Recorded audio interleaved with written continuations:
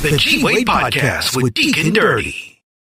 What's up, y'all? It's your man G-Way holding it down, kicking it alongside with my man Deacon. And we got a very special guest in the building today. I said I'm going to go easy, but you know what? I got all these thousands of questions I want to ask, so we're going to go hard in the paint. Nah, I'm just messing around. Filmmaker Raecine Tyes is in the house. How you doing, sis? Hey. G-Way. Thanks so much for having me. I certainly appreciate you coming through. You were here a couple of weeks ago. In our world right now, we don't know when it's going to drop, so we're going to say a couple of weeks ago. Right. You was on another podcast, Tales from the Grip podcast, and you were sitting down with Laura Poindexter, and I said, well, you know what, she has an excellent story, and film and television is my thing too. I love to get into her world just the same and let our audience have a listen.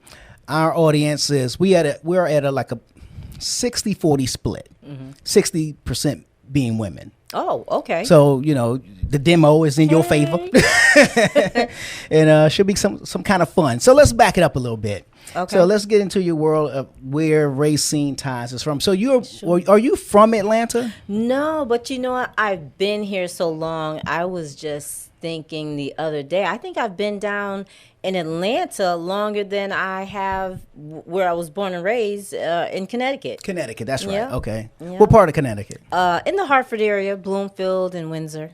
Okay. Are you familiar with Connecticut? I'm familiar with Connecticut. I've been to Connecticut. I can't remember which part. I did an event up there. This was some years back. I didn't really get to experience Connecticut. It was like there's not a lot. There's no experience there.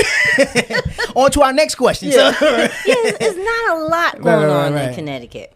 That's really? one of the reasons I loved coming down here. Gotcha. Because the things that I wanted to do, they probably would do more, go over well down here rather than up north. Right. But why not stop off in New York City, the Big Apple? That's true. You can make it there. You can make it anywhere. Right. That's true. So you're saying that growing up in Connecticut, what part again? I'm sorry. In the Hartford area. Hartford area. What was it like for you?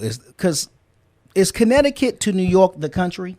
That's what I think. Whenever you want to actually do something, or if you want to buy something, I was always in New York all the time anyways, because of family. My dad had family. That's where my dad is from. Okay. So we were always in New York anyways. Gotcha. But if you really, like you said, if you want to make it, or if you really want something to pop off, you better be in the city doing it. Gotcha. Because Connecticut is how far out? It's right there. So it's like I was an hour and a half away, about an hour and 45 minutes away from New York. Okay. So, but Connecticut is so small, and it is country. Everybody in Connecticut is very conservative compared to you cross that border, and it's like the exact opposite. Right. But you got Connecticut.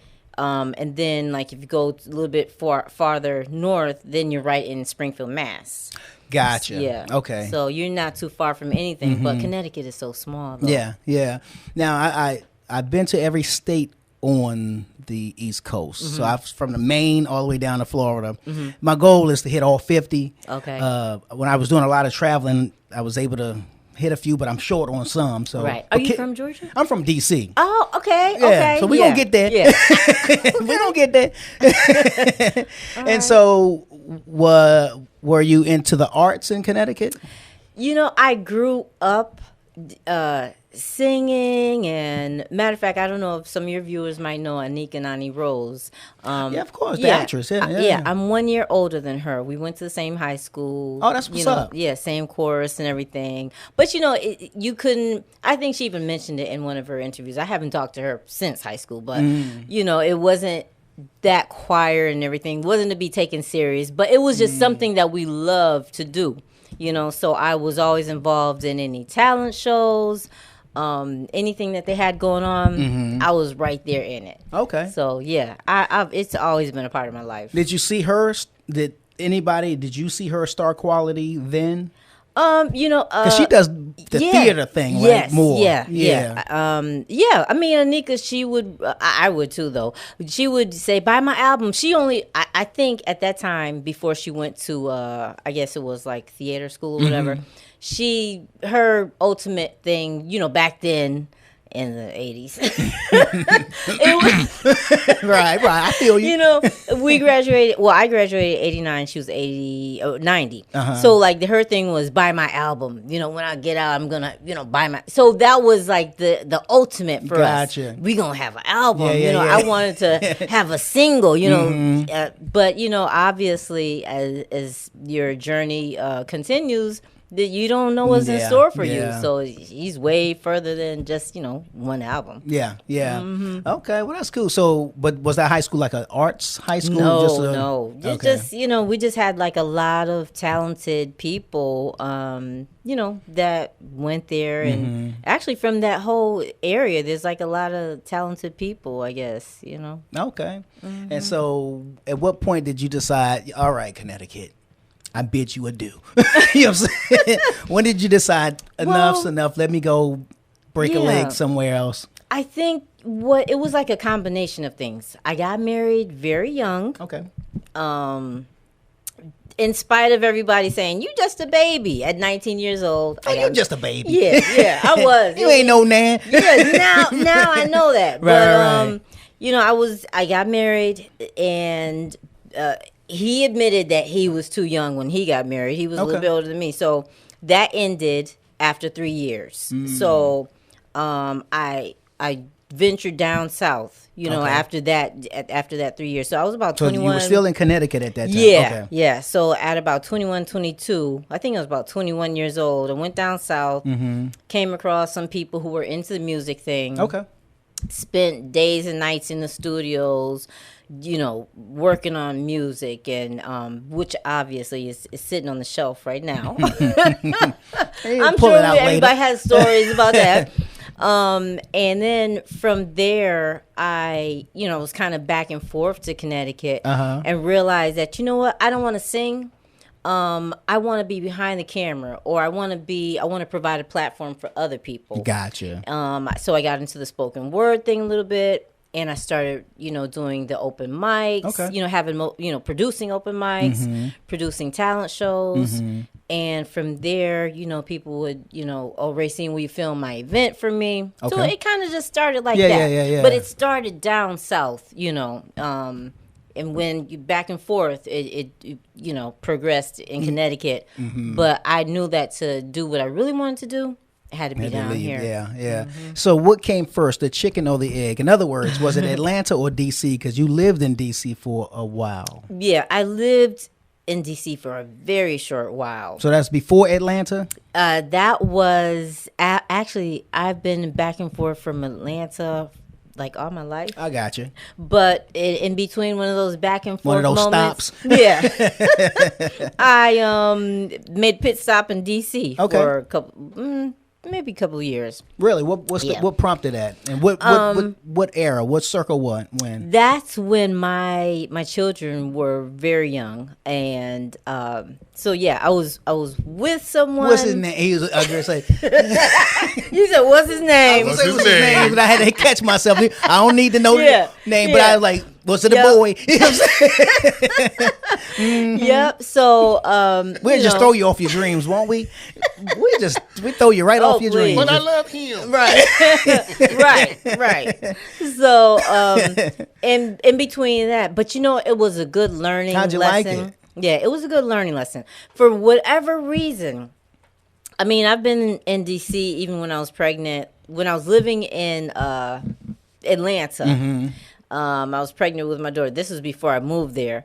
We traveled up to D.C. Okay. I was with some people. We sold T-shirts everywhere. I don't know if you remember was it Frozen Paradise? Is that the club? Well, I remember Paradise, but it might not be talking about the same spot though. Right, it was. This is in D.C.? No, that was in Georgia. On Memorial Drive, that club. Oh, you talking about here? Frozen Paradise. He's the Georgian, so Atlantean, right. So he knows everywhere. Yeah, we used to sell T-shirts out there. Frozen Paradise, everywhere. So we went up to D.C. selling T-shirts. That's when I first found out I was pregnant. And just for some reason, DC does not like me. When I think I was like a few months pregnant. A few weeks pregnant, selling T-shirts. We had to go to some government building to get a permit. and a group of us got stuck in the elevator. Elevator going up 30 floors, down 30, just back and forth. Wow. So I don't know. DC doesn't like me. I don't know what it is about DC. Right. So you didn't leave your heart in San Francisco, is what you're saying. Your heart didn't get left in DC. Right. I feel you. But you said for a couple of years you lived there. I was but there. Did you like it? Did you take in the city? Not, everything was hitting me so fast and so hard at that time in my life that I really didn't. I would say that was like one of the roughest points in my life. Mm-hmm. So for me to enjoy DC, I would have to go back now with a whole new, fresh point of view and enjoy it. Because I know there's a lot of things there, but I just didn't really have the chance to experience it the way I should have. Right, okay. Yeah. I feel you. Well, see, I'm born and raised DC. Right. Everybody in Atlanta knows that. Mm-hmm. I let it be known that on every episode. So right. DC? Right.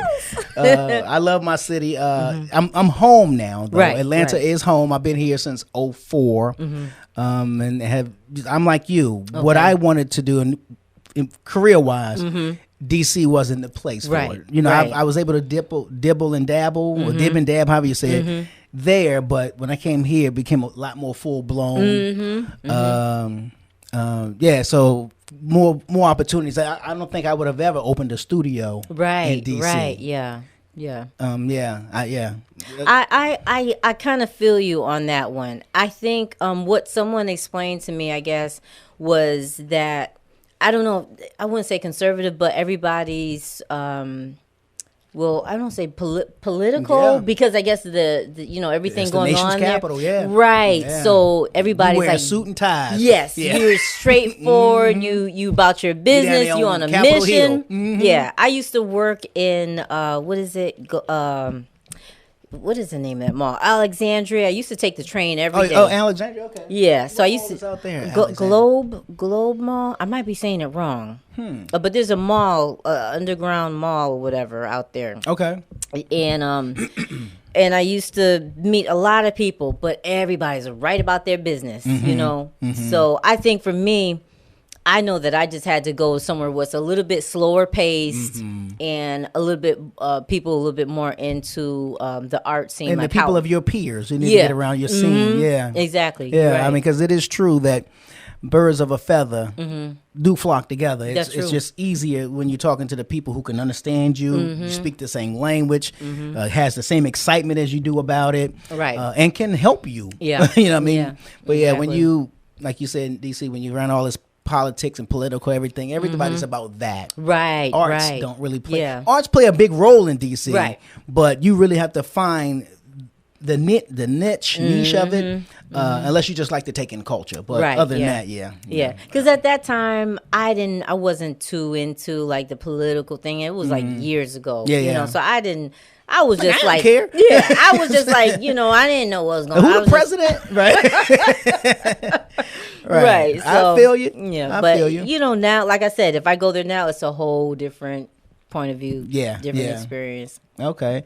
So now in Atlanta, what was the first thing? What year did you settle in Atlanta, like to stay? And what was your move? Like, what was the first thing you did? Did you get a job? Did you? Atlanta, like I said, I was kind of back and forth. So like when I came down that first time, it's funny because I actually, my first job, I think in Atlanta or the metro area was at Lenox Mall. Okay. I literally had a job working at the makeup counter for Miss Lindsay. Okay. Who is T-Boz's grandmom. Really? Yeah. Interesting. And, okay. And that was so long ago, God bless her. I don't know. I haven't been in touch with her or anything. But everybody used to think that she was my grandmom because we favored or whatever. Yeah. But that was an interesting experience. And I used to always see people from Connecticut at that job, really? Because I was just always contacting, right. Trying to get somebody to do a little makeover. So I'm, constantly approaching people, and I made beans at that job.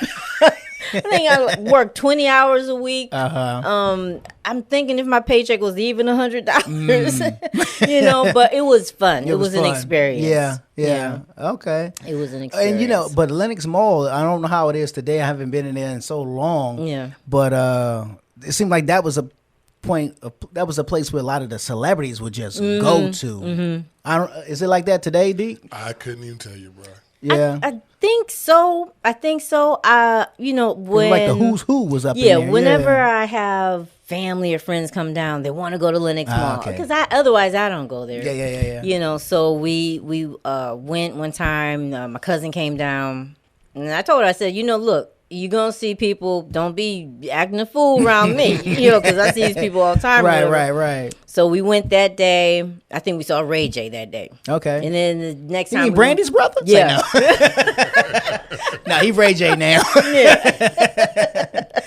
Wait a minute. Right, Yeah. there you go. Yeah. I think the next time we saw like Brian McKnight or someone, you know, driving by or whatever. Yeah. But yeah, you see people every now and then, but you know, I guess that's for the younger folk, you know, because I'm not running up to nobody asking for no autograph, a picture. I might get asked for a picture. I ain't gonna lie. I might. I ain't gonna lie. You know, we got a stunt for the gram. Right. You know what I'm saying? So you're working at the makeup counter. You're in Lenox Mall. When does the art start coming to knocking? When do you say, you know what? You know, I'm making $100 for 2 weeks. You know what I'm saying? When did you say, all right, let me go get into this film. Let me do what I do. Well, you know what? It was let me so go funny. sing, because I know you came down to sing. Well, I came down and I just kind of fell into that. Okay, I met someone who was producing music, and when they found out I could sing, they were like, "Oh, well, you know, let's put you here. Let's, you know, put you in the studio and everything." So I always took it serious. I was just like writing a lot. In the same time, writing a lot of spoken word. Okay. But I didn't really, until I left that environment, because, you know, the thing about this business, G, is you find out who's real and who's doing it and who the people who say they're doing it. Right. Absolutely. And I had to learn that the hard way. You know, I was young, so, you know, I just had a few little learning lessons I had to go through. But when I went back up to Connecticut, I had a, you know, fresh perspective on everything. I left, that alone, you know, the people I was associating with alone for a little bit. Went back up to Connecticut, and I said, you know what? I really miss being in the studio. I miss, interacting with the people that are really, all involved in art and film and music is their passion. Yeah. So I said, well, you know what? I'm going to provide a platform for them. So I think that was like in 97. Okay. Yeah, I did my first talent show, produced my first talent show. Okay, and it was here. Yeah, in Connecticut. Okay, gotcha. In Connecticut. Okay. Yeah, so I did that, and then I did that the next year. I remember it's called "Where's the Flavor?" Okay. Where's the Flavor with the FLAVA? Ain't no other way to spell it. Back in '97, and from there I met a lot of people. Okay. Met a lot of people, and I just kept on doing that. And then when I came down to Georgia, I just continued it.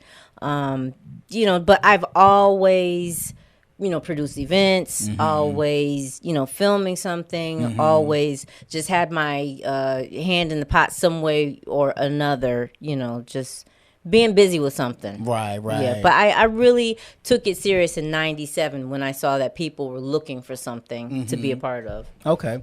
So what did you, excuse me, what did you launch first when you came to Atlanta?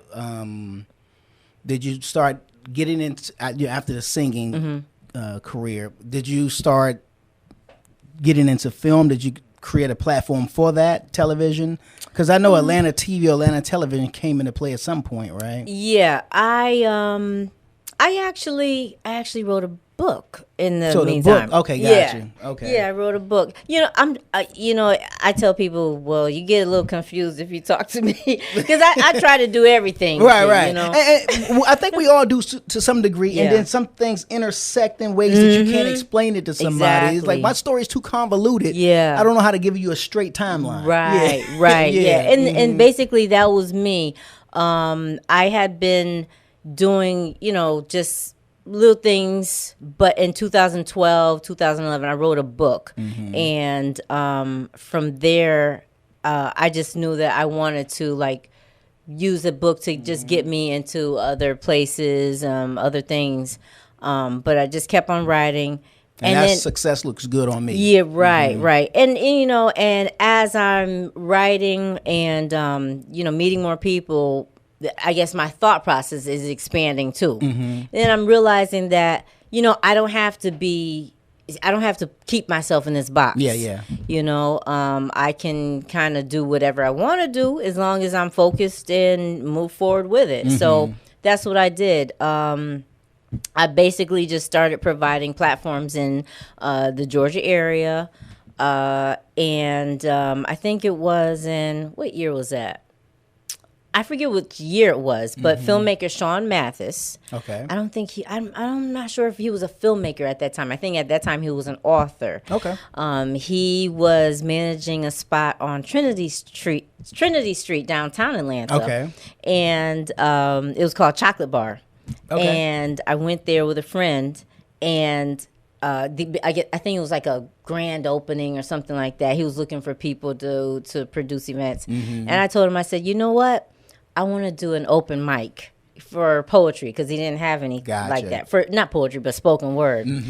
And Sean gave me my first break in Atlanta. Okay. And then at the same time when that got kicked off, got going a little bit, I got a second place called Jimmy's on Cobb Parkway. Okay. So I was hosting two, like one on Sunday, one on Wednesday. Gotcha. I was just trying to stay busy. right, yeah. But in the midst of it, the one on Trinity Street, we've had people, her name is Ink, but, I know her as Aisha Boggs, Vintage, I forget the name of the group, but now she has a doggone billboard on Times Square. Oh, she really? sings with everybody. I mean, I think it's easier to name people she hasn't worked with. We had her come through there. We had so much talent because it was not just an open mic for spoken word, but for just like singers and entertainers and everything like that. And then my full circle moment is when I had my first film festival in 2019. Sean was one of the hosts for the film festival. Nice. Filmmaker Sean Mathis. Yeah, filmmaker Sean Mathis. Yeah. That's the Black Film Festival, Yes. Atlanta. Right. And you purposed it that way because a lot of people always put the Atlanta first. Right, yeah. I call myself being a little different. I feel you. But you did start a platform on Roku, a channel on Yes, Atlanta Television. Yes, right. That's been that one. That's actually relatively new. Gotcha. So, Okay.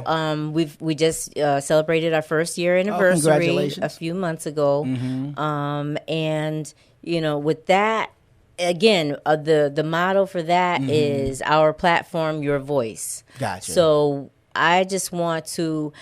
I think what it is, G, is like when I was coming up or when I was getting started, everything just seemed so out of reach, for Looking someone at that like glass myself. ceiling. Right. So out of reach for me if I wanted to share whatever I had, whatever content I had. Yeah. So I just want to provide a platform, whether it's, the Roku streaming, the film festival, the magazine, whatever, just so that people who can say, you know what, I'm going to create this content and it will get seen. Okay. And so people are submitting, is it just films or is film television programs? It's television, it's programs. Basically, I wanted it to be, because there are a lot of streaming networks and some are just films, short films, feature films. But I wanted mine to be more so along the lines of like I'll say public television type of vibe where you can submit whatever content that you want. Gotcha. Just so that you have that outlet available to you. So I have some interviews on there. There's a young man that I reached out to. He's lives in Africa. He has like over 7 million views on YouTube with him and his son singing. Oh wow. Yeah, and I said, well, you know what? I want that video on ATV. So he said, yeah, go ahead and share it. Okay. You know, I know it's not getting 7 million views, but you know, at least we have like a variety of what we have on there.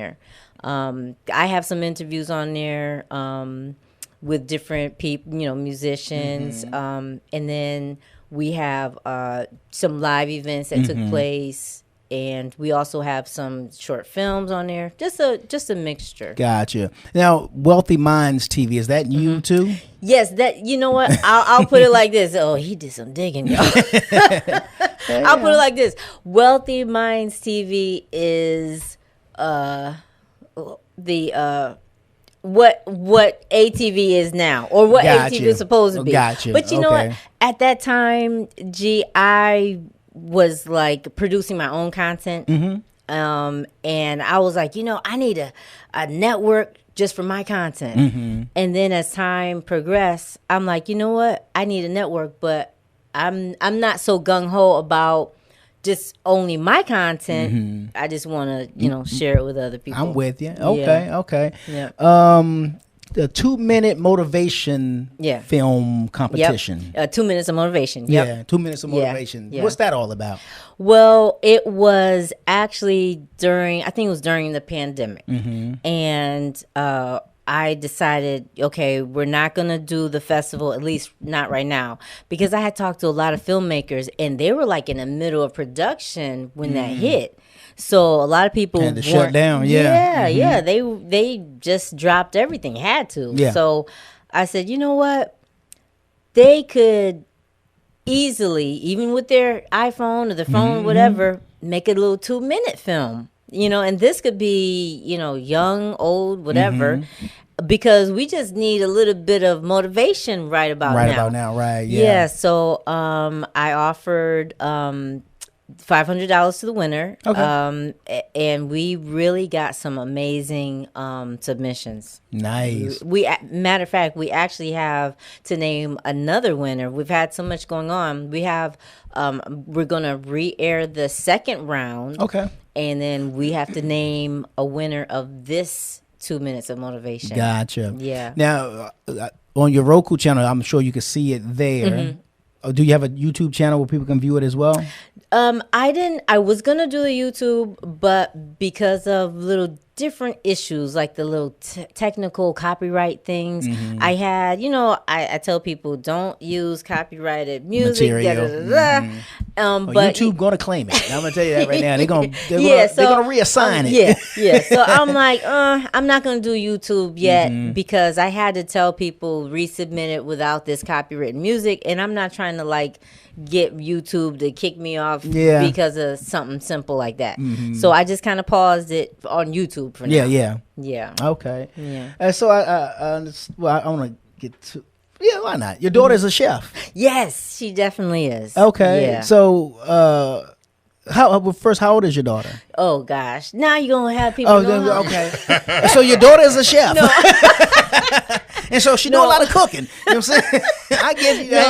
It's cool. My daughter just turned 25 in January. All right. And my son just turned 22. Matter of fact, the beginning of this month. That's what's up. Yeah. So just those two. Did she go to culinary? Is that what? Yeah, it's a blessing that she's a chef. It was a long journey. It doesn't seem like she's only 25. Everything that she's done. Yeah. But yeah, she started out in high school. She won a scholarship. And now she's just cooking for everybody. Really? Is she based out of Atlanta? Yes. Yeah, she's here in Atlanta. So you mean as in when you say favorite, is she out of a restaurant? Is she like a celebrity chef type of? She doesn't want me to say celebrity chef because she feels it would, some other people will not contact her. I got you. But I will be too say, rich for us.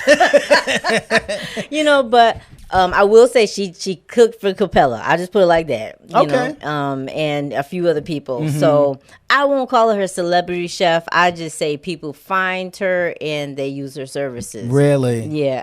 She caters and all that. She did her first catering event. The last what was it? I'm so mixed up. She had me going because she did her first really big event on Friday. Okay. This past Friday. Yeah. And I was a server. So, yeah, I was a server. 75 people. Really? Yeah, I was one of the servers. And so ever since Friday, I don't know what day it is. So is she heavy on social media? Yes. Yep. What's her It's I guess I put her out there, yeah? yeah, it's Pineapple Lux Hospitality. But her name Pineapple Lux. Yep, Pineapple Lux. Is that Lux? Yep, Luxe. Luxe. Yeah, Pineapple Lux but it's RianniTyes.com. Okay. Yeah, so it's RianniTyes.com. Gotcha. Yeah. Okay. Nice. Yeah. I'm sorry, go ahead. No, I was just going to say, for the first film festival, we had Actors Boot Camp, we had Brunch with a Filmmaker, we had a few different little things. That sounds fun. Yeah. Brunch with the filmmaker. Yeah, How so was that? she was my was chef a for that. there? Yeah, Nice. it was awesome. We had what is it? My little brain. I'm trying to remember all these names, but we had a filmmaker. I want to say, I forget his name. I could probably find it, but we had two filmmakers speak to. It was about about 30 or 40 of us. Okay. For Brunch with a Filmmaker, who attended the Brunch with a Filmmaker, and it was really awesome. They've worked with everybody in the industry. They're talking to people who are interested in getting into the industry, and while they're talking and everything, she fixed us brunch, Nice. a little layout. So that was fun. Okay. That was fun. So I understand our birthdays are about 5 days apart. Really? No, not about. Our 5 days apart. Oh wait, when is your birthday? The 8th. Oh, so is that why you just so like Chill. What word you about to use? I mean, crazy? No, but you're very creative. I don't know. Is it true? They say that we're like creative and got a lot of things going. Let me say this. I saw your response to the question. Okay. And my response is your response. What's that? I don't really do the zodiac sign thing, Right, so I don't right. really know who's what. And I'm going to tell you why Yeah. I don't do it. Right. Not because I don't believe that you don't believe it or that you believe it or you believe it. I saw a study. And when I saw this study, or what you call it, a focus group. Is that what you call it? Like when you Okay. had class. Yeah. And this was years ago. Right. And because, back when they used to have the newspaper, you'd be like, shoot. All right. You will meet someone that, okay, cool. You follow it. And so, just all vague. yeah, it's just like, you will see the sun. Okay, I saw it. Right. Like I think, and so based on that, I was watching this documentary, and there was this class. This professor was doing this study with his students, and so he handed everybody their sign, Right. passed out a piece of paper. Okay. Just your sign. It was a class of 30 people or so. And then everybody was like, you can see the faces. Don't let nobody see it. Right. Everybody like, yeah, that's me. You can see them saying that. And then he says, now, take that paper and pass it to the person behind you. So everybody did this. Right. I forgot how the one who's in the front got it. But Yeah. everybody passed it around. Yeah. Passed it to the next. And they was like, Don't tell me it was the same thing. the exact No same thing. way. So now the faces went from, Yeah. to To like, how that happened? wait, the Aries is too? You know what I'm saying? And that's when I was like, yeah. Right. That's why I said, is it true? To me, Yeah. it holds no weight. I don't hold the conversations about zodiac Right, signs. right. Oh, that's why the Aries and the Sagittarius get along. I don't know. I think Yeah. I'm cool with everybody. You know Right. what I'm saying? That's what You know I'm I'm saying? thinking. And when you said the creative thing, Yeah. my thoughts are, and so is a Sagittarius, Yeah. and so is a Yeah. whomever. You're just creative if you're creative. Yeah. So I don't know how to go with the zodiacs, but creative, yes. Yeah. My mind is always thinking on something. Try not to do it all at the same time. Trying to compartmentalize it so that that sounds like me. so that because I always tell somebody, if you use people whoever they are, you say, what do you know them for? Right. So if you say Tyler Perry, the first thing you're going to say is you could say playwright at first and then filmmaker. You probably say filmmaker now, but you don't say filmmaker, talk show host, basketball player. Yeah, right. You know what he did now. He can branch out and do whatever he wants now. Exactly, that's true. P. Diddy. That's true. You know him as a record producer. But it's But then many he other branched things. out once he became known for that. And so that's the thing, I'm which woke me up some years ago here in Atlanta. It was early 2000s. I was at an award show. I seen people that I know, and one person I knew came up. We hadn't seen each other in a while. Hey, what's up, man? How's it going? Woo, woo, woo. And he was just talking about what he was doing. Then I was kind of talking about some things. Then he stopped. And he says, "Man, what do you do?" Like I just told you. You know what I'm saying? Right. I gave you my laundry list. Right. But in other words, it was like, but what do you do? You know what I'm saying? Yeah. So it's one of those things where you want to become known for the thing, hone in on it, make it a success, and let that speak for itself. And let that branch you into other areas. Yeah. Which that's just my take because I was trying to do it all, Right. at the same time. But I had realized. Not just then, but it took years to realize. All right, I'm gonna hone it in and focus in. How did you decide what you were gonna focus on? Well, for me, I had to go with what was the reality for me, and the reality for me is film and television. I love film. Okay. I love acting. I love the making of film. That's my thing. Right. But I also can host a radio show. Right. I can conduct an interview. I think I'm pretty good at it. Yeah. You know what I'm saying?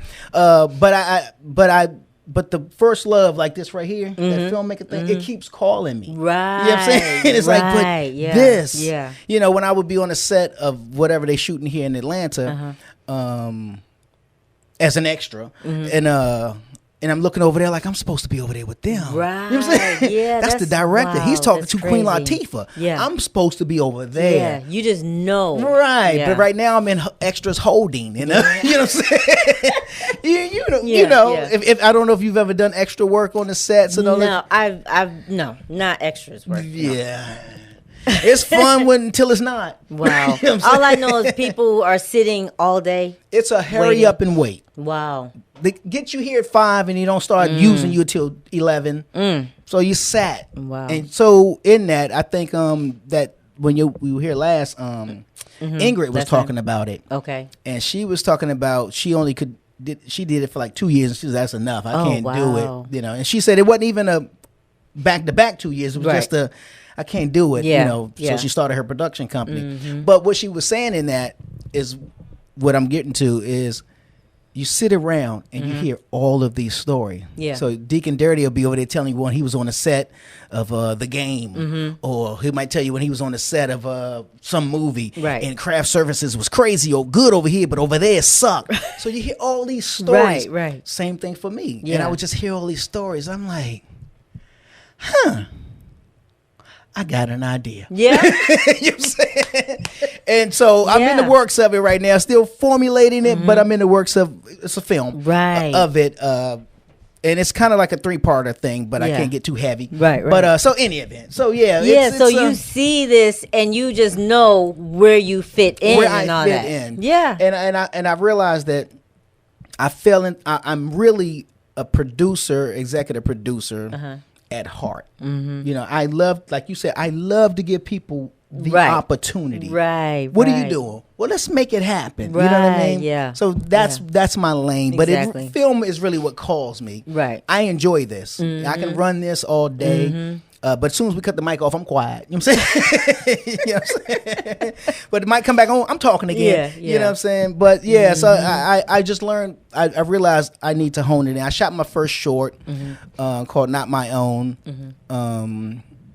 which did pretty good. We submitted to film festivals and all that kind of stuff. And then I held it for so long, I just posted it on YouTube and said, okay, let me just put it out there. And let whoever sees it see my work. Right. Let it be my calling card or my business card Right, or something. exactly, Yeah, exactly. But yeah, so I just knew, like I said, even when I'm doing this, I know that this is the Yeah, thing. yeah. Me and Deke will shoot little shorts here just to promote what we're doing here at the studio. But it's really all from the mind of G. Wade. but it's promoting the show or whatever. But it's doing the thing that I love to do. Right. You know, it's wild. I'll be at the house and I'll get a text. Hey, show up at the studio at this time. I got an idea. And I already know. Like, here we go. I don't know, Right. but I know. I Right. know it's coming. I know it's going to be something. Yeah. I think that's how it goes. That's how it goes. I think, you know, I can say I'm kind of like you guys in the same way, because I can do one thing, or, you know, maybe I'm hosting my show or something like that. But in the back of my head, I'm like, I know I want to be doing something else. I know I want to be doing more than this. I know I want to be, you know, producing a show or whatever. So I know exactly what you're saying. And it nudges at you, you know, Yep. if it's really the calling thing, you know. Yeah. You know, like, I'm doing this, but Yeah. this thing keeps bothering me, and it's the thing. So Even if you're working at a makeup counter. right. You know what I'm saying? Even if you work, Yeah. I got to do makeup on the set. Yes, you know, and that's the crazy thing. And trust me, don't come to me asking me about you keeping your 9-to-5 job, because I'm not a good person when it comes to that, because I will tell you, you know, make it happen, and however you can make it happen. Because what were you gonna? No, I was gonna say, I want to let you finish, because I was Yeah. gonna say unpack that, because Yeah. that's something very interesting. Because I posted something a week ago that said, how much does your job pay you to quit your to give up on your dreams? Oh wow, So that's deep. And a lot of people, and it's easy to happen, because if you're getting paid now, you can pay your bills. Yeah. Now you ain't got to worry about. Now you can pay your car note. Yeah. You know what I'm saying? You like, but then time starts to ticking. Yeah. As soon as and you look up, it's been 5 years. Just like a 5 years, and you revolving, like, I haven't worked on nothing that I Yeah. wanted to do, really. You know what I That's mean? true. Now my boss happy. You know what I'm saying? Right, right. He pulled up in the Benzo. You know what I'm saying? Meanwhile, you know what I'm saying? You didn't work sick days and all. You Sick there. days, right? Yeah. You there? Right? Yeah. And that was me. That you know, when you said, well, when did you actually do something, that popped off in Atlanta? I was working a lot of temp assignments because I knew that I did not want to invest fully into like a 9-to-5. Gotcha. I mean, trust me, that's not everybody's situation. Right. And then I've always I'm a licensed claims adjuster, but I haven't been deployed since the festival, because I had to make that choice. Do I want this money? Because we literally were working 7 days a week. 12 now, what's hours. the claims adjuster? What So when there's a storm. Gotcha. Yeah, I was a desk adjuster. So some of the field adjuster, they'll go out, take pictures of the home, and I got you. Okay. And they get a percentage of that claim. I was a desk adjuster, and so we'll communicate with the field adjuster and the homeowner, and but the hours and the pay is ridiculous. So and that's a good ridiculous. Yeah, good ridiculous. I'm about to have a little lifestyle change. What's the website? a ranch style, you say? Right. You know what I'm saying? But I had to make that choice because like the last time I was employed doing that, I was deployed. I went up to Maryland. Really? Yeah. So you can travel to places. Yeah, they'll deploy you. Yeah. So, interesting. Yeah, but I was in Maryland. Was out there maybe 2 months. And then came back down for maybe a day or two. Then they sent me to Birmingham for another month. Yeah, but at that time, I was planning my first film festival. And I said, now look, do I want this money or do I want the festival? Because you know how it goes when you're doing a production. Yeah. You either make money, break even, or lose money. Or lose money. That is. And people don't. All they know is, oh, she doing. You know, It look they big. don't- Yeah, Look like it's popping. It look good. right. But they don't know, you know, behind the curtain. scenes. Yeah. All the thing that you got to put into it. Yeah, So man. I said, well, you know what?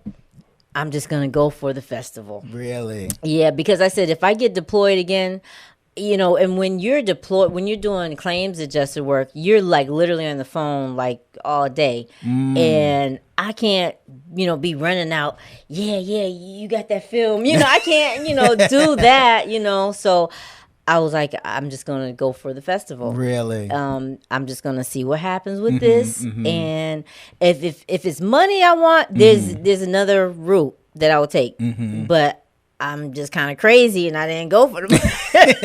But that was a conversation we were having before you got here. Yeah. Because Deke was talking about some stuff, and then I just mentioned something that I overheard or somebody was talking to me about, which is like a recession brewing is afoot. And so we were just kind of talking about that sort of thing. And then I said, it's interesting because aside from his conversation, I was having another conversation with someone else, and I asked the question, what's the difference between quitting and letting go? Wow. You know what I mean? Yeah.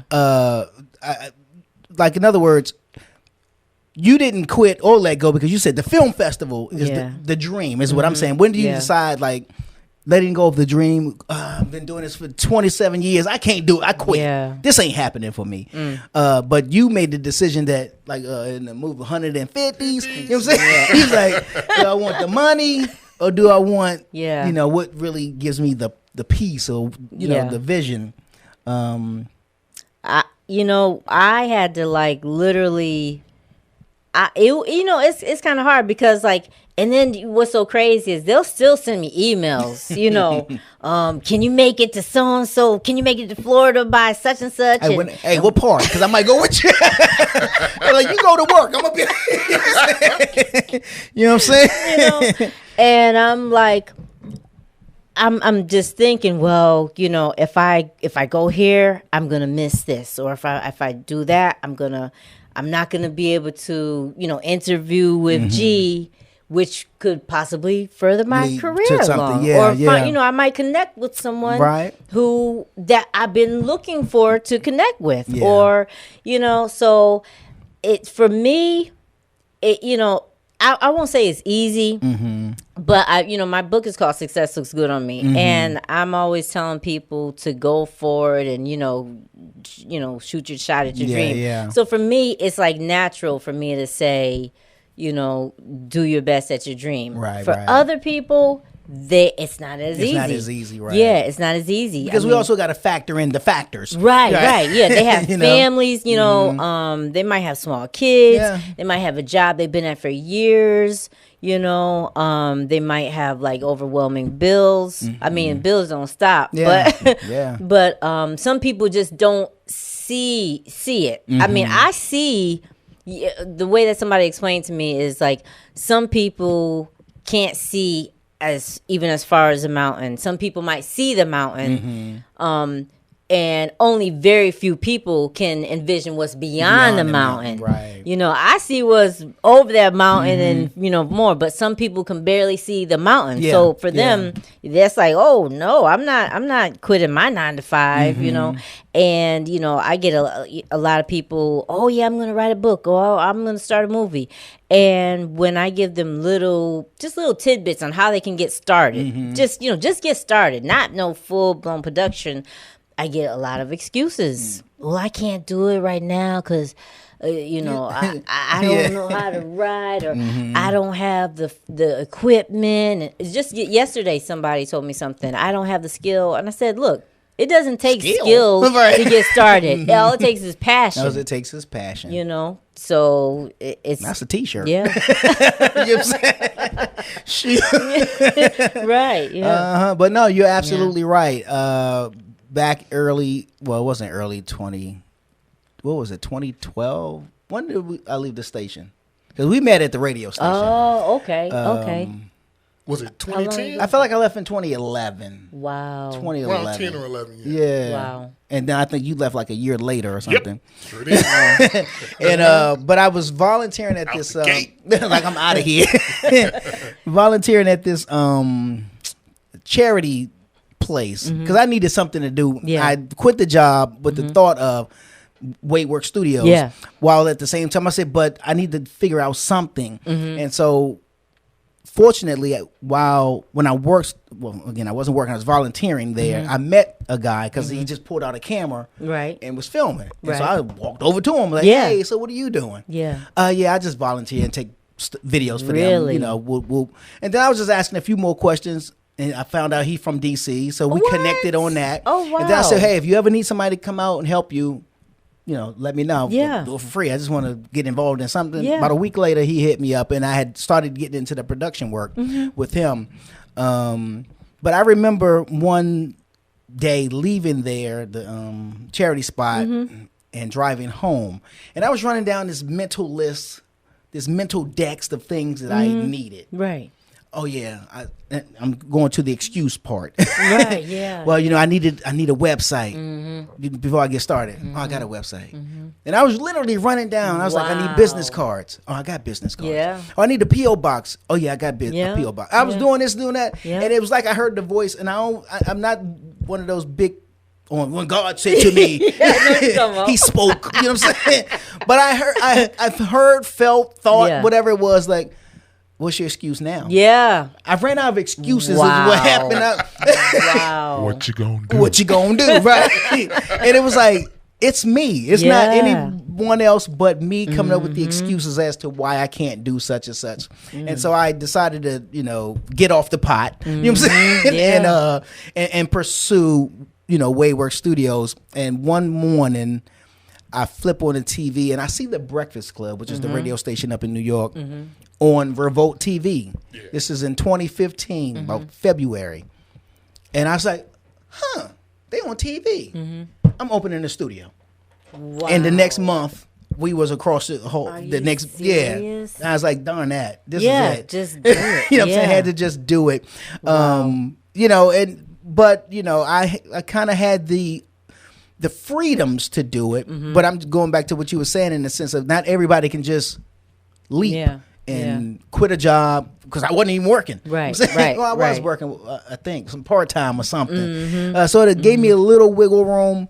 But not everybody can quit just like that. Right. Because you said there's so many factors you got to factor in. But so in asking that question that I asked, is there a difference? Or is there a difference to you between quitting and letting go? Is there a difference? And if there is, what is it? Letting go of the dream? Letting go of the dream. Because, like, if you quit, like I said, if you building something, you're like, you know that image of that dude knocking down the wall. And he's right there, right there. Like, I can't do this no more. And you quit. Or you say, like when I was interviewing Dr. Bobby Jones, he had a studio down, I think in Nashville or Florida, I can't remember. And he said, you know, he had to let it go because it just wasn't feasible.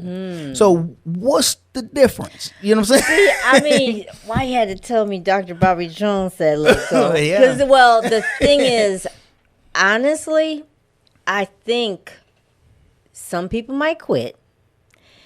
And I mean, I don't know what Dr. Bobby Jones' situation was, but sometimes, you know, I'm talking about other people. Right.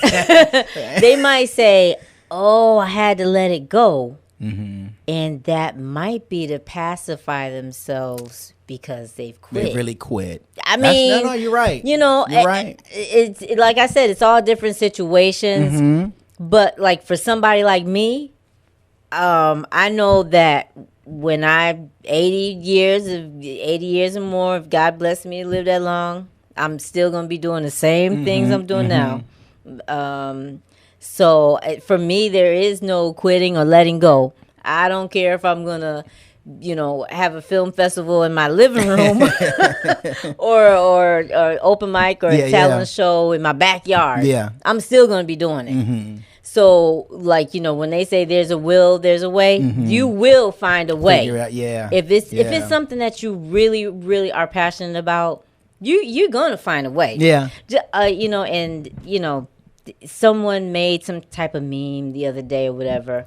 They said you never hear like a crackhead say, I don't have any money. Because they gonna find some money, you know. That's funny. So yeah, I mean, oh no, they may not find the money, but they'll figure it out. They'll figure something out. I'll be back. Right. Give me 10 minutes. Yeah. So it really depends on what your priority is. Yeah. You know, because I know it myself. If there's something that I was supposed to do or whatever, and I let it go or quit on it or whatever.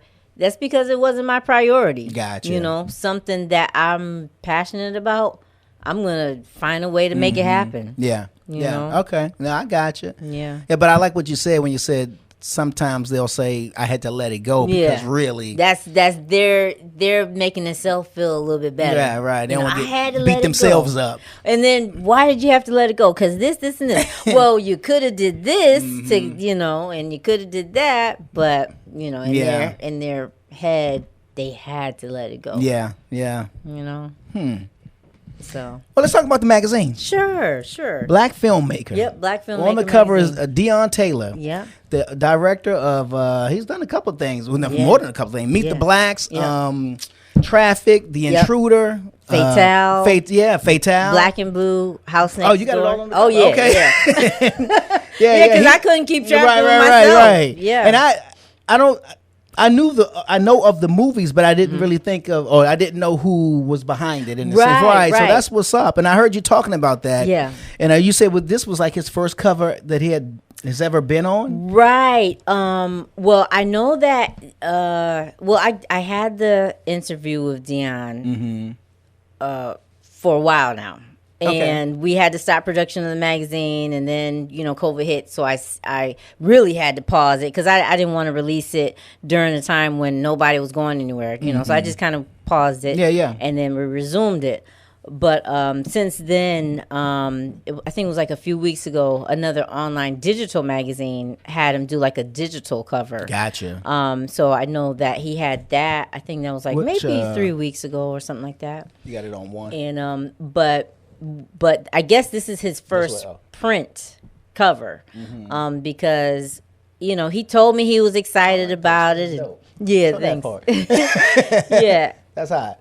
Yeah, he told me he was excited about it. Can't wait to get his copy and everything like that. Right. And I was shocked because when he did get it, he went on for like 4 minutes on his Instagram. Really? You should put out a video. Yeah. And explaining basically, and that's one of the reasons I chose Dion because. Wait a minute, Regina Wells, she here? Yeah. It's my folks. Yep. Really? Okay. Yep. Gina May? Yeah, Gina May. Gina May.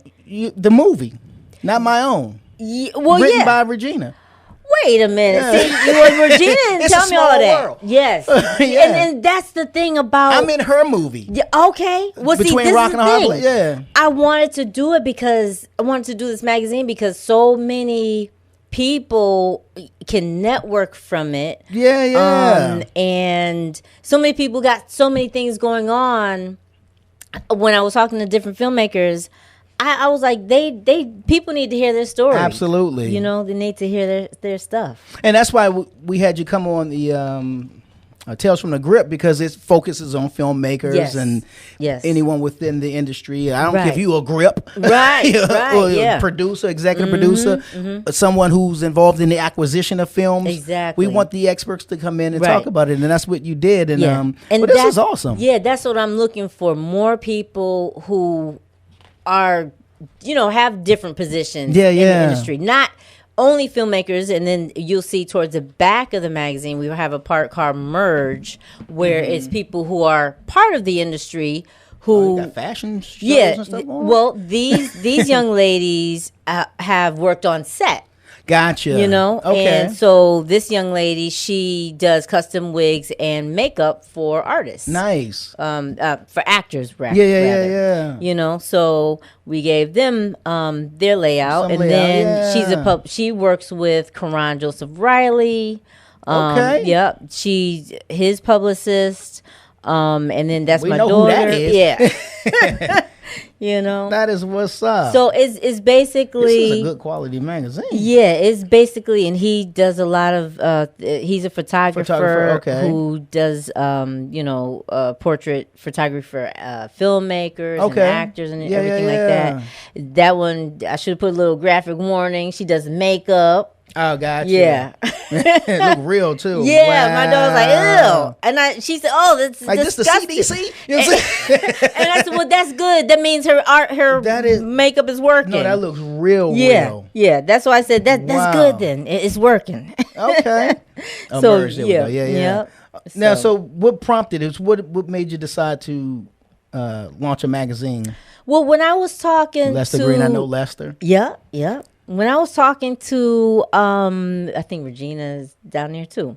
I was talking to so many different filmmakers, and they all just had like different little circumstances or different stories and things that were going on. And I was like, you know what? People need to hear this. We see the finished product, Right. but we never know like what somebody is going through. You know. I know Bobby Peoples. Yep, Bobby Peoples and Renee. You know, so I'm like, you know what? I just want them to hear your personal journey, Right. your personal story. You know. No, this is hot. Yeah. This is hot, and I would say also not only we use the word brave, courageous, because when it comes to the way everything is moving right now with technology and the way we view our content, Yeah. print is Yeah. a scary thing. Well, yeah. You know what I mean? And you know what? I've been asked by almost everybody for a digital copy, and I said I didn't do digital. I intentionally did not want digital. Okay. Because I This is really good think, quality. when somebody sees themselves, yeah. Karan, when somebody sees themselves in print, it hits different. You know, it's a different. Remarcus. Vigilante, Remarcus, yeah. Yeah, I'm bad. I'm calling everybody by their Right. The government. She put them out there. She walked in first last week. Say, "Hey, Gary." I was like, "My mama here." You know what I'm saying? Yeah. Right. Yeah, it's funny because I don't know these rappers, so my I get people involved in some of the productions I got going on. So my son, we're at by the bank in Buckhead, and my son goes, "Oh, there's so and so. He's a rapper. Been on. He got like 11 million followers." Wow. And he tells me, I said, "Well, what's his name?" He tells me his name. I said, "I'm not calling a grown man that." Delicious. I said, "What's his government name?" Right, So he right. looked it up. I called him by his government That's name. funny. Yeah. I wasn't gonna call no grown man, "Hey, baby," or whatever it was. I don't know. So it's either a little baby or the baby. Yeah, it was right. Lil Baby. It was one of them. Yeah. Yeah, I wasn't gonna say it, but yeah. Well, we've been calling Birdman baby. We ain't never. Yeah, that's true. I ain't never called him that. Well, I mean, but I've said. I've never called him that, but I've referred Yeah, to I the wasn't name. gonna I wasn't gonna, I wasn't gonna call him, "Hey, little baby, come here." That's funny. So I That would have called him took by a his whole new government. meaning had you said that. Yeah, when I called him by his government, he turned around immediately. Really, so he knew that's somebody talking Oh, to she me. know me. She know me. That's my aunt. You know what I'm saying? Right. Yeah. That's funny. So what's the direction of the film? So you launched it this year. Yes. I mean, not the film, but the Yeah. magazine. Yeah. This year. So it's a quarterly. Yeah, quarterly. Okay, yeah. that's what's up. And I did it quarterly because for exactly the same reason that you mentioned, because I did not know like if I was gonna have enough content or Gotcha. like what was gonna happen or anything like that. But like now it's got me thinking, okay, maybe it could be monthly, but I'm still not gonna do monthly yet. I have a lot of people that want to submit content to it and everything.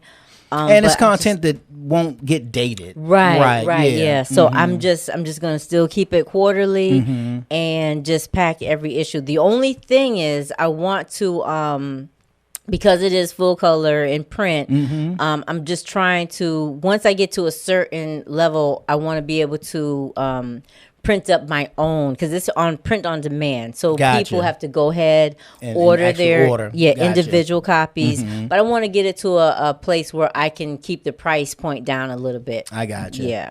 Okay, so where can people pick up order the magazine? They can just go to blackfilmmaker.co. That's blackfilmmaker.co, and they can order their issue right there. And it will take you right to the website where you can order, your copy right there. Okay. Yeah. Now let's flip to the back of this magazine because this is dope.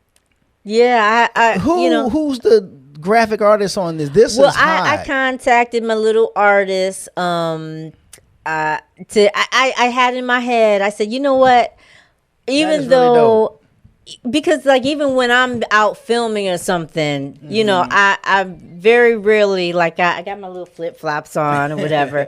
But whenever you see me, I'm probably looking like right. And most of the filmmakers that I know, like whenever I'm on set helping with somebody, they got their little hoodie on, and they got the little sneakers or their little boots on. And I said, you know what? That's what I want my little guy to look like. Gotcha. To stand for the festival. And I just had to put the little afro in there. Just to represent the filmmakers. Right. No, that is hot. I like that. I wanted the afro big enough to, I know it's a big afro, but I wanted it big enough to look, he got an afro. The Black Film we Festival. see. No, that is hot. That's hot. Yeah. Well, Raecine, Tyes, I certainly appreciate you coming through. But and I appreciate it. Absolutely. Sharing your world with us. And I'm trying to see if I wrote down some stuff. I want to make sure I hit them all before Definitely. This is the one thing. Maybe the ring once I say it.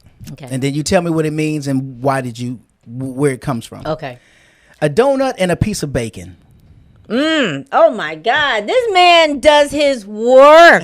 Look, I thought Laura was on point. Look, don't have nothing that you want him to find out. Like, oh, word? That's what we doing? You know what I'm saying? So in my book, Success Looks Good on Me, I have a chapter in my book entitled Donuts, Lucy's, and Liquor. And matter of fact, that's when I was living in D.C. In D.C.? Yeah, I was like just thinking about stuff because I'm a big health freak, health fanatic, whatever. And even in my book, I said, people say when you're like really fanatic about your health, they call you a health nut. Right. But you're not the crazy one if you concerned about your own health, So anyways, I'm riding to work one day and I see this young mother, she's sitting at the bus stop with her little child and she's feeding him a donut. I think it was like from Krispy Kreme or Dunkin' Donuts or something. I said Krispy Kreme. She was feeding them crack. With them Krispy Kreme donuts. and a piece of bacon. Yeah. So she had a donut and a piece of bacon. And I'm like, that even back then, I didn't know I was going to write a book. I didn't know I was going to be such a little health advocate or whatever. But I just knew that that's not the best choice right. for breakfast. And she's, sitting out at the bus stop giving it to him. I mean, that's like two of the greasiest, foods. Now they got bacon donuts, though, now. Oh, yeah, I guess so. You can combine the two.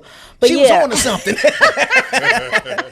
But yeah, that chapter was called Donuts, Lucy's, and Liquor. And basically, to summarize that chapter, I'm just telling you all the things that you can do to, put your health first. Okay. Make yourself your own top priority. Right. Because, like I said, they're not giving out health like they used to give out government cheese. They're not handing out good health. You have to, work for it and get it for yourself.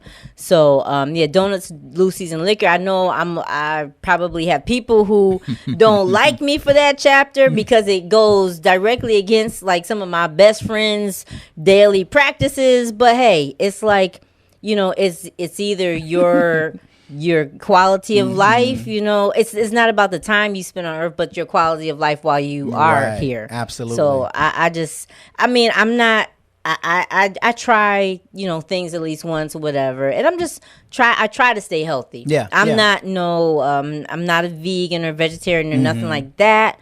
Even though I try to just put, healthy practices first. And you say that you can't even really mention that you eat healthy or that you practice anything because you almost immediately get attacked. Oh, It's like, I didn't tell you not to eat the bacon. I didn't tell you not to eat the beef. Is there a guilt rising up in you? Do you? I'm just saying, I don't. Right. But yeah. who you think you are, John? It's funny. Almond milk got such and such too. Why we debating? Yeah, I was with a friend. We were down Florida somewhere, and the grandma had offered us some fast food. I don't eat fast food. Gotcha. So my friend knew that the grandma didn't know. She said, "You want some, baby?" And before I could just say, "No, ma'am, no, thank you," I was just gonna say, "No, thank you." Leave it at that. The friend said, "Raecine don't need that shit." But I wasn't gonna put it that way. Right. She eat healthy stuff like salads and but in a now the spotlight is on low you. key attacking. Why she got to front you out? That's what it was. It was almost like a backwards compliment. You know what I mean? So dry snitching.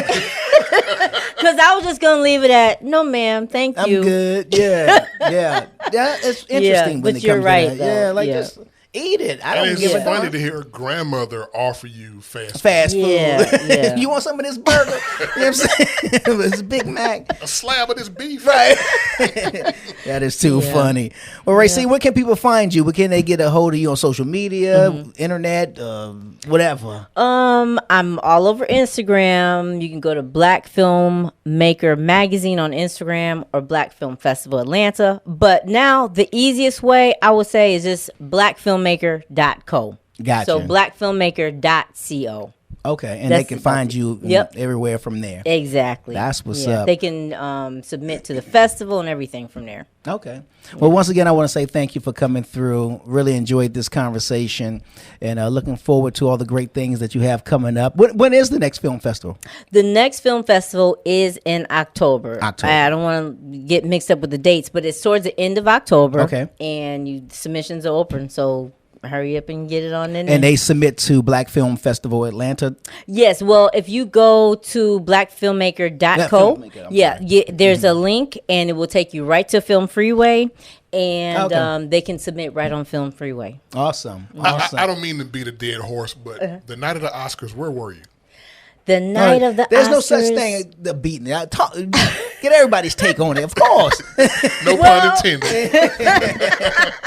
I was actually, I wasn't watching the Oscars. I was at home doing something, but yeah, I think I was at home doing something. It's wild. A lot of people of color, I hear them say, "Well, I wasn't watching it. I heard like the day after or a few minutes later or something." Yeah, like that. yeah. What's your take? What do you think? See, I don't know, because if I start my little spiel, it might be a whole nother show. Oh, go for it. But I have like a whole nother take on it.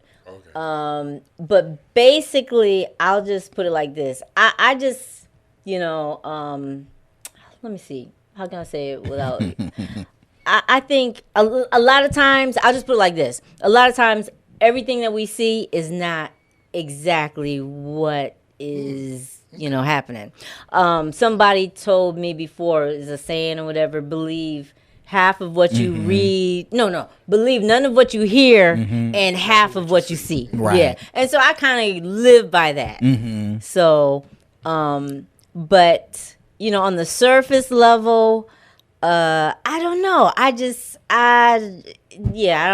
don't believe everything I see. The question a little bit more direct. Okay. I'm like, she said something, but she's a real good tap she dancer. said nothing. Right. See, he knows. I didn't know you were a dancer too. Right. So exactly. That's funny. Right. Will Smith slapping Chris Rock. Right or wrong in your opinion? Defending Jada or, bruh, you went too far. See, I really, let me see.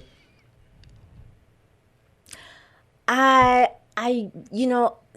me to just like say my opinion on it it would probably won't be right or accurate because But that's what an opinion is. Yeah.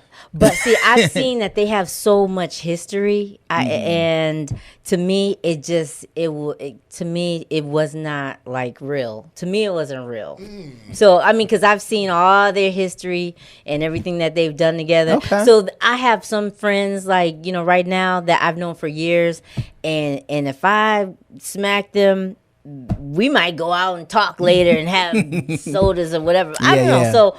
Yeah, so I think, if anybody puts their hand on anybody, that's too far, right. In my opinion.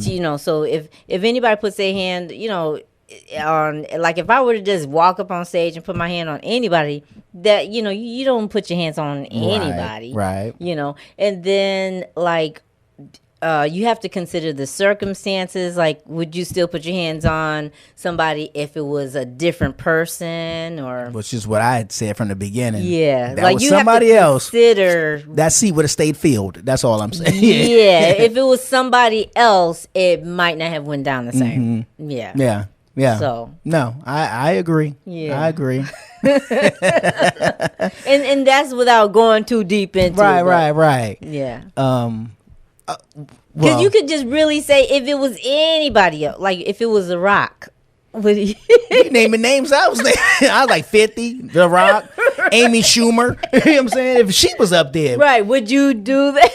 You know what I mean? Yeah. I don't think you would have slapped a white woman anyway. That would have been like, right, but so on like site, why But why Chris? Yeah, and then see, I've followed Will Smith's career, just from the things that he does. And it's not in a line with who he is. Yeah, it's not. But you don't think the what they call it, the straw that broke the camel's back? Not Chris, what he said, but what he's been hearing for years. He's the corny dude. Will Smith, even though beloved by our community, but he was still Fresh Prince. That was the corny dude, and then you got all the things that come along with. Some of the stuff we hear about what Jada has been saying about him, the public adultery. You think it's like just so much? It broke him down? So much, yeah. It ain't but so much that it can take. You know what I'm saying? Yeah. You know what I'm saying? But see, I think you know what. I have seen. I don't know if you've seen that little footage of Will on. I don't know if it was a red carpet. He was somewhere out overseas, out of the country, when the guy tried to kiss him. Yeah, he almost hit him there or something like that. Now. I think that was real. That was real. But I don't. I quite honestly, I don't know, because everybody's different. They say you never know what's gonna, tick somebody off or push them over the edge. But I don't see him. I don't see that happening at the award show when they all dressed up. I don't know. Yeah, that's just me. Yeah. Especially when he laughed at the same. He laughed. Yeah, that's what kind of messed it up too. Yeah, because he was laughing like, "Hey, that's a good one." And then he's like, "Oh, wait a minute, no, I wasn't." Maybe it wasn't funny, right? and he just got like a nice little chuckle off there, right? too. Yeah, and just like Babyface said, we have a way of communicating, which means Will and Jada have a way to communicate without using words. They've been together too long. Yeah. That you can look at each other and know, you're right. hey, we've been in this place too long. You ready to go? Yeah, I'm ready to go too. Let's go, baby. Yep. You know, what I'm saying. Yeah, I could do that. I did that with my daughter the other day. I looked at her a certain way, and then she said, "Oh, matter of fact, let me reword what." So you just know, and so I think that's probably what happened. He looked over, and that face of hers was like, so you just gonna let? Yeah. You know what I'm saying? Yeah. And so he maybe felt he had to do something. Yeah. That was something that definitely shook everybody up. Everybody. It was around the world. It wasn't even around Atlanta. You know what I'm saying? Right. Or I LA. watched the video like 4 times back to back to back to back. I was like, did I just see that? Right. Yeah. Yeah, it was like surreal. Yeah, exactly. Yeah. And it was it was coming from surreal. somebody that you wouldn't expect it to be coming from. You know, Will Smith walked up there. I thought he would have just tussled with him. That fake Russell. You fake Wrestle with your friends. Yeah. And then walk away. Yeah, so that's why I'm like, I don't know. Yeah. But I'm one of those people. So, like I said, don't ask me. That's what's up.